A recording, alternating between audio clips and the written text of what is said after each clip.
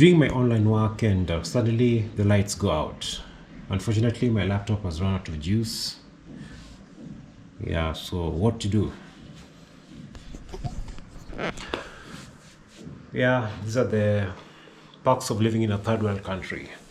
So let's go for a drive. Probably get to a kibandaski and eat some pork. Yep.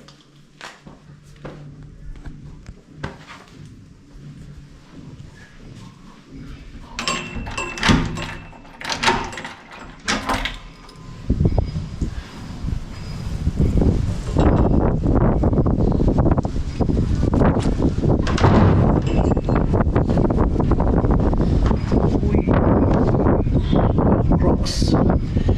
These are the best things after starting to wine.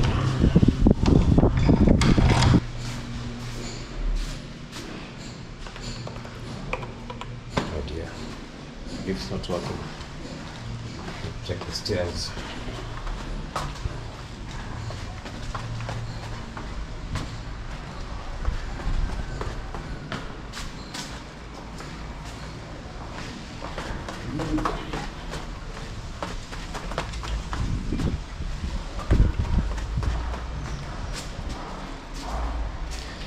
Have to get down 8 flights of stairs.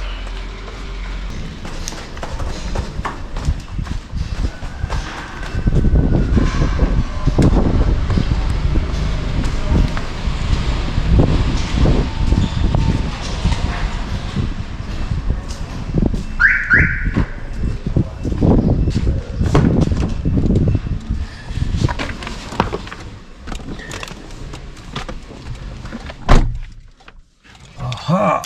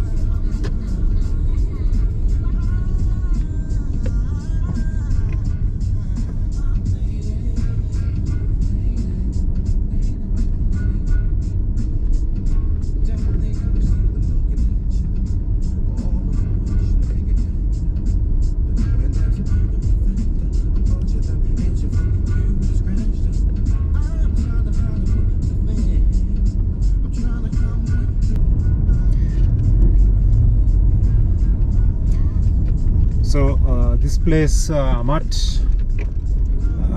it's a new building, and yeah, they also offer Airbnbs. I'm at an Airbnb, and it's a really lovely place. Yeah, I've been here a couple of days now, and there are people moving in. So it's you have people with the items, furniture, electronics, and just the house equipment. And I don't know if it's from the management of the building or the individual owners of the units. Yeah, you can't put your stuff in the lift and have them move to your apartment. Say you're living on the 8th floor, and you have this, you have your furniture, you have your TV stand. They don't allow that in the lift, so you literally have to carry all those things up the flight of stairs. And I really found that to be insane. Why would you let tenants carry the equipment, all those flights of stairs. I mean, having to carry a TV stand 3 flights of stairs is enough work, just because you want to protect the lift. And probably just you don't want scratches on your lift. What I normally see is there are buildings with the elevators, probably 2 or 3 elevators, and there's one elevator designated for such kind of work. Yeah, and inside the elevator there are this padding they've put on the walls. It's a soft padding, yeah, so that whenever you move things, you don't knock on the walls. There are elevators with wood panels put on the walls, so that also prevents damages to the walls of the lift. Yeah, but these guys, I mean, the lift is just glass inside. It will be a really nice haven for ladies who are using the elevator. I mean, a lady will just go up the elevator, top floor, get to the ground floor. Yeah, just looking at themselves. Anyway, the lifts in this building are really new. They look really nice. So I guess they just want to protect the inside walls of the lift. But I still find it that's very inconsiderate for tenants moving in. I still find it it's really troublesome. Yeah, however, they have really nice Airbnbs going for 3,500 per night. So if you're looking for an Airbnb, a place to stay, you can also hit me up on that. Yeah, I've been scouting Airbnbs in Nairobi, and there is some nice fancy places. Yeah, but usually that's what happens when you have something new, when you have a new car, when you have a new house. There are things you wouldn't allow to happen to your new items. Yeah, when you have a new car, don't get into my car's shoes. I mean, yeah, once you have the car for like what, 2 years, 3 years, you kind of just ease down on the demands. Yeah, so I'm driving to Ruaka. I'm going to a Kibandaski. Just want to have some pork. Yeah, not everyone's favorite, but that has got to be my favorite. There's this Muslim lady that I once dated. Oh man, I think she taught me a lot of stuff. Yeah, during the duration I was dating her, I didn't eat pork at all. Yeah, just being considerate of our religion. Yeah, and yeah, Muslims don't take pork, rightfully so. Yeah, she was an awesome lady. She was really good, and there are things I really learned from her. And one of them is using the toilet section. Yeah, we were brought up using tissue paper in the toilets. Yeah, every time she'd go to the washroom, I mean, she was like, why don't you have a container, and can you assist me with the container? Can you help with the do you have a container that you're not using? And I was like, yeah, sure, just pick one at the bottom of the sink, under the sink. You find lots of containers. I didn't understand. It's only later on that she told me that they don't use tissue papers in the toilet. Well, yeah, being with her kind of just I also acquired that habit, to the point where I installed a bidet at my place. Yeah, so it was really weird using it the first time. Yeah, washing your posteriors. We're just brought up using tissue paper. Yeah, so I was able to install a bidet at my place, and it's been the best thing. Okay.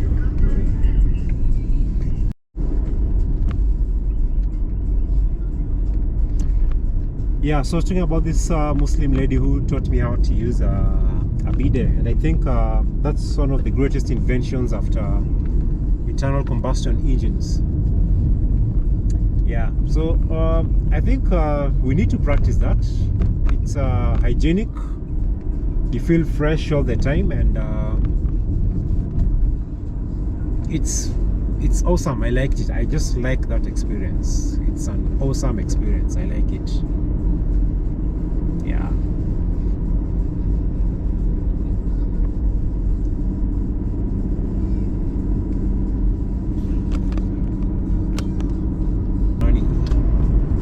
So what is this guy doing?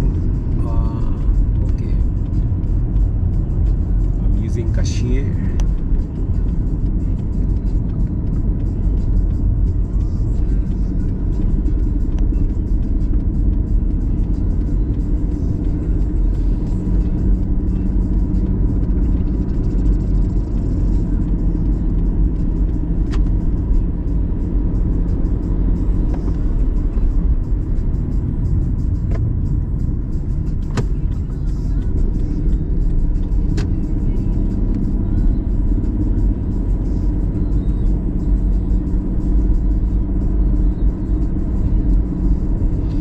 So just as you're getting into Gashie from Red Hill,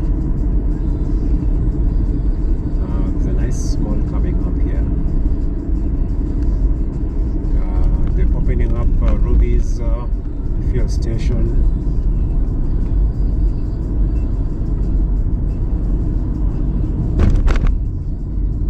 Okay, looks nice. And you have this oriental street lamps. It looks beautiful. Yeah, but one thing with these Kenyan roads, like now these roads within the small towns, there was actually no planning for pedestrian footpath or a pedestrian section. So it's just the road from one end to the other end. So pedestrians are actually forced to walk on the road. I think that is one thing that Kenya National Highways Authority needs to consider, taking care of the people. So when there's traffic jam here, it really gets hectic. There's bikes on the road, pedestrians on the road.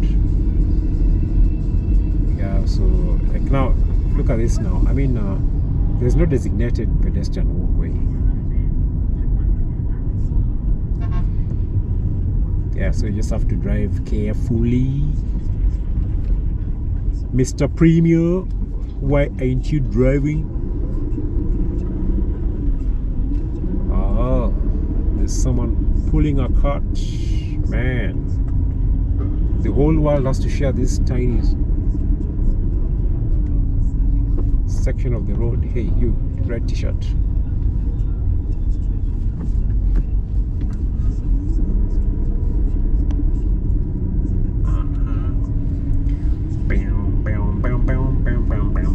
Isuzu TX100, the longest living vehicle on planet Earth. I mean, those cars really last long, like 1980s.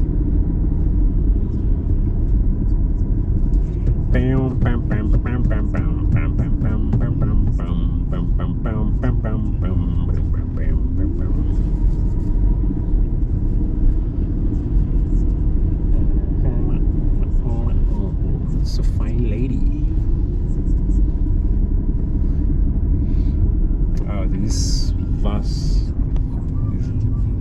This guy just stopped. Like if I was trailing closely behind him, I would have rear-ended him. Matatus, yeah. Driving in Kenyan roads, always watch out for matatus and bikers, boda boda. We call them boda bodas. Like now, this is here. It's like you want to eat a really good meal. Like you have your plate with your meal on, and then you really want to savor every moment of that meal. And then flies are just zooming past around you. Like, can't even enjoy. That happens when you're eating entrails, aka matumbo. Yeah, when you go to these sharks, Kibandaskis eating matumbo, you can't get rid of flies. I mean, flies always just be, oscillating around you. That's how it is driving on Kenyan roads. You want to enjoy the road, but there's bikes everywhere. Boda boda. And in recent times, we've had cases of them getting into small accidents with the small vehicles, and they end up touching cars. Yeah, it's totally a lawless society.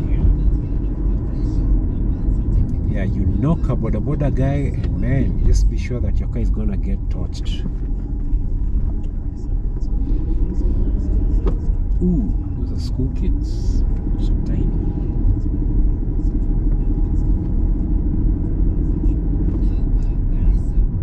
Bam!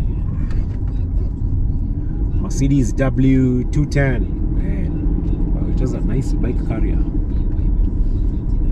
W211. That is W211, not 210. Bam, bam, bam, bam, bam, bam, bam,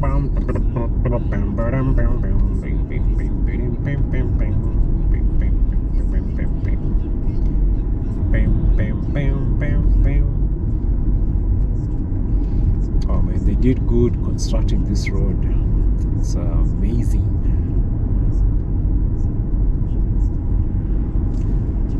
So I want to show you guys one of the places that prepares the best pork in Rwaka.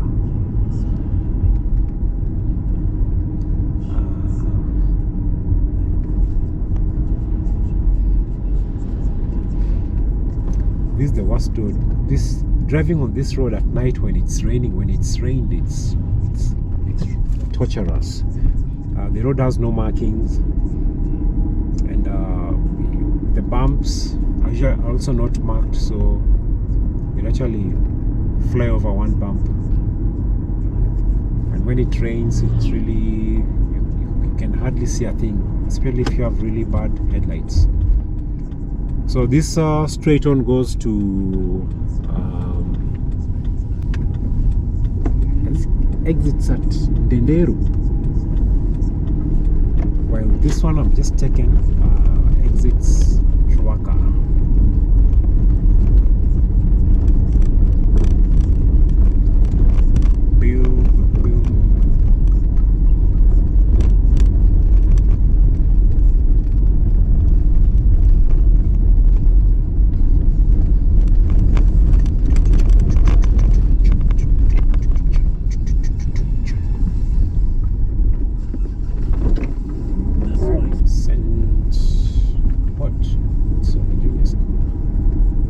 Isuzu FRR, aka they call it the Slay Queen of lorries. I don't know why. I had a friend I was driving with the other day, and he really knows much about the lorries, and I learned something from him. He's a lorry driver, and he says the mid-sized lorries, the FRR Isuzu, that's a good vehicle, but yeah, good in speed. Yeah, but now when it comes to the payload, it doesn't work well. So he was of the opinion that the Isuzu, is it Isuzu? Not Isuzu. Mitsubishi Fuso. Yeah, Mitsubishi Fuso is a workload, is a workhorse. And for very many years, that was the choice lorry for drivers who want to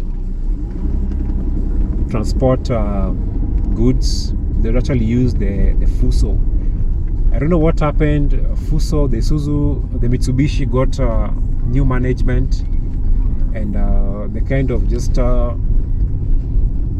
went down on the quality of lorries they were manufacturing. So people drifted towards the Isuzu. So that's how the Isuzu FRR became really common. It's also called the Slay Queen. It's a beautiful lorry. It really looks beautiful. It's not as rugged as the Fuso. Yeah, so when you hear someone says, check out that Slay Queen, Kenya, that's what they would mean. To them it would be an Isuzu FRR. But the most powerful one would be the Isuzu FVZ. Oh man, I've seen that lorry haul sand from riverbanks with a double differential. It has two differentials. That's a 5-axle. Yeah, the one on the front, and then there is the 2 axles that behind the lorry, and all of them are usually powered. All the axles are powered, so it tends to be a very powerful lorry.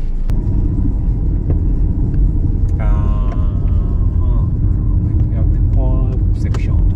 Pork. Let's eat some pork. Tata. Not a very common lorry. So here is where we're gonna have pork. Pork.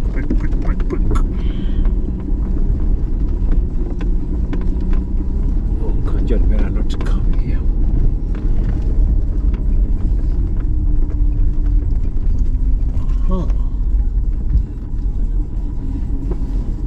Okay, so we park here.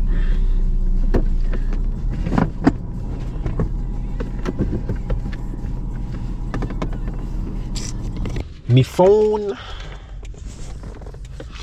Yeah, so I like this place because it has really tasty pork, and it's in Rwaka at the roundabout. This is the roundabout that goes all the way to Limuru.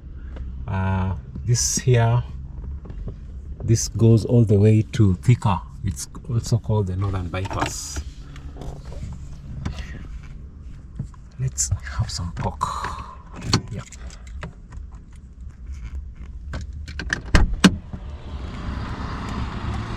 Oh, yeah.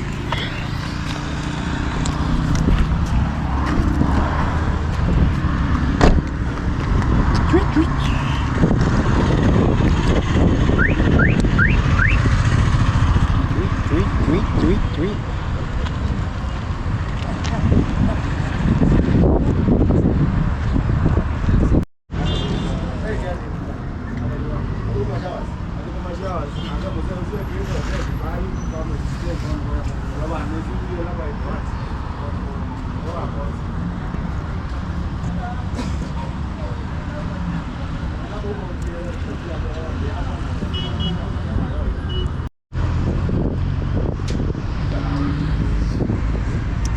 Yeah, so that has really been an amazing session of doing the pork thingy. The situation is just at the Rwaka roundabout. There's a really common car wash here, so you not miss the place. So they prepare really awesome food, and I really enjoyed it. Yeah, so if I show you around, you can see there's car wash. It's a really common car wash here. And then